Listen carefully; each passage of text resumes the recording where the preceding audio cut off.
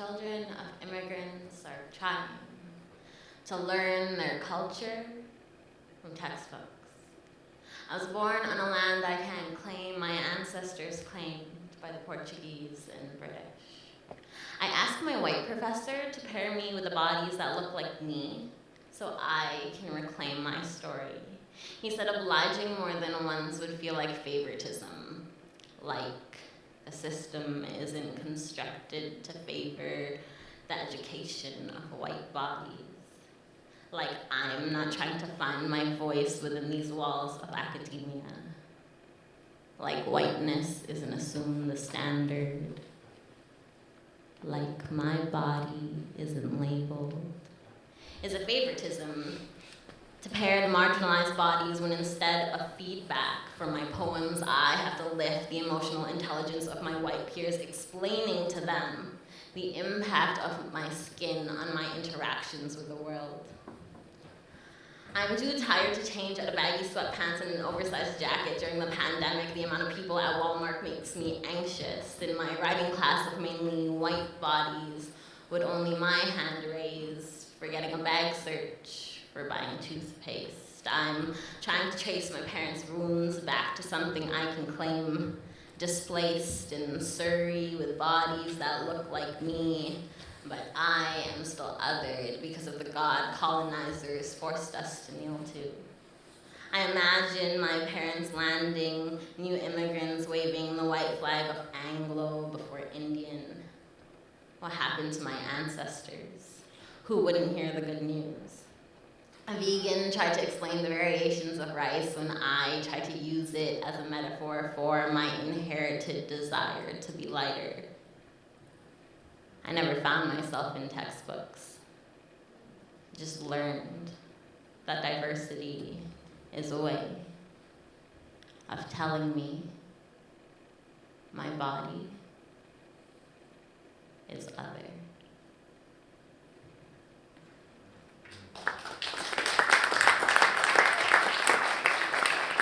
Hi, my name is Franz Seachel. I'm a multidisciplinary artist, but today I'm going to be sharing some poems with you. I'm a settler here on the unceded Coast Salish territories of the Musqueam, Squamish, and Tsleil-Waututh nations. Of note, it should be mentioned that my parents immigrated here in '92 from India, specifically from Bandra, which is a small town beside Mumbai. My dad's family coming from Goa, my mom's family coming from Mangalore, and I think it's important to situate ourselves, especially me here, being a poet, talking about my lived experience, talking about what I've been through. You're going to be hearing a lot of poems kind of, exploring my relationship to how I grew up, specifically growing up in Catholic school. I just came back from a residency, actually finished the manuscript of my first hybrid novel, specifically talking about,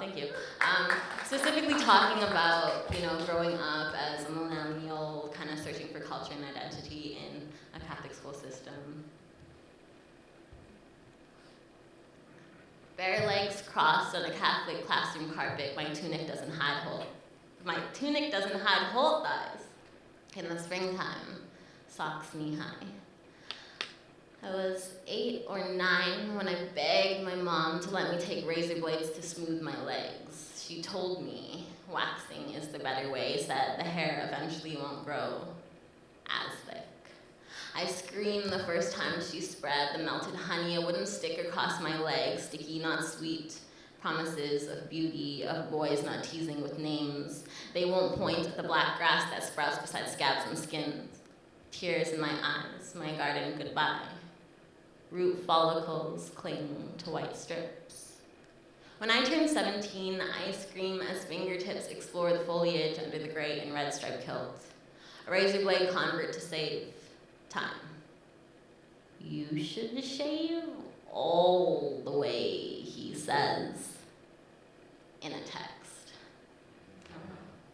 Thanks. That one, people never know how to react to the end of the one. Sometimes I get nervous laughter. Never say that to people in text. Those are always face-to-face conversations. But if anything, why are you telling someone else about their body hair? Anyways, Here's another poem. Okay. Rain is a pain. My brain can't sustain the serotonin to be okay with waking up. Each morning I wake up with a pain between my shoulder blade and rib cage. I've learned to be okay. High functioning, I function high, and I don't know if I'm okay with it. I've learned to be okay with the way my pain bleeds. Poetry.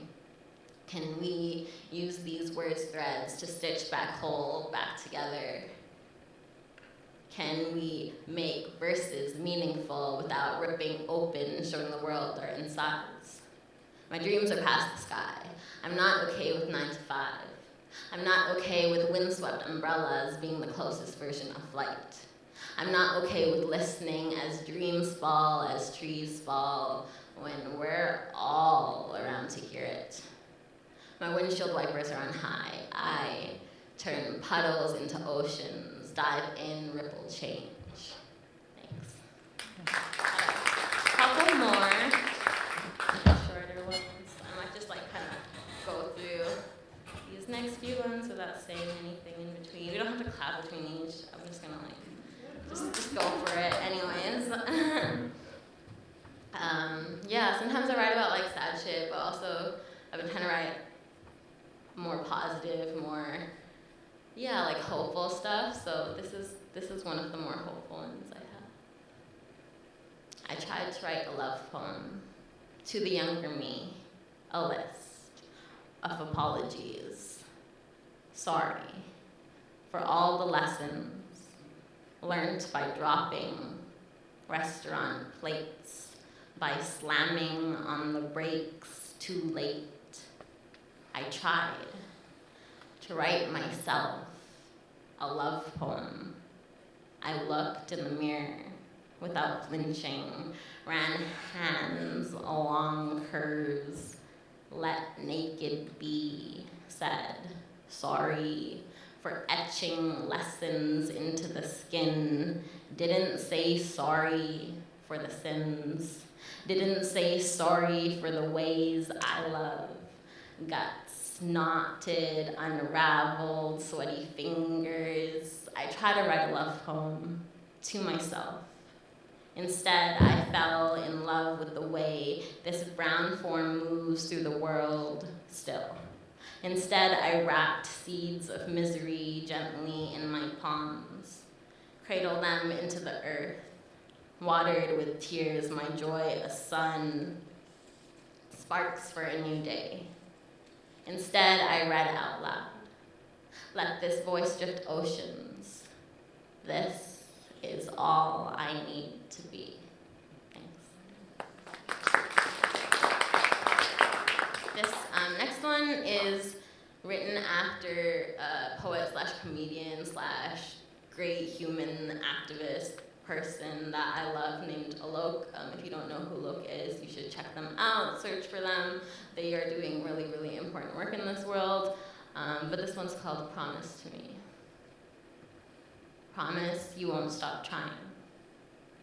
Promise you'll keep trying when it's not easy. Promise to hold on to hope. Promise to keep hoping when it's not easy. Promise that you won't stop looking. Promise that you'll keep looking for joy, looking for reasons to stay. Promise you'll stay. That you'll wake tomorrow. Promise you won't hold your breath. Promise that you won't beg for love. Promise that you'll love you.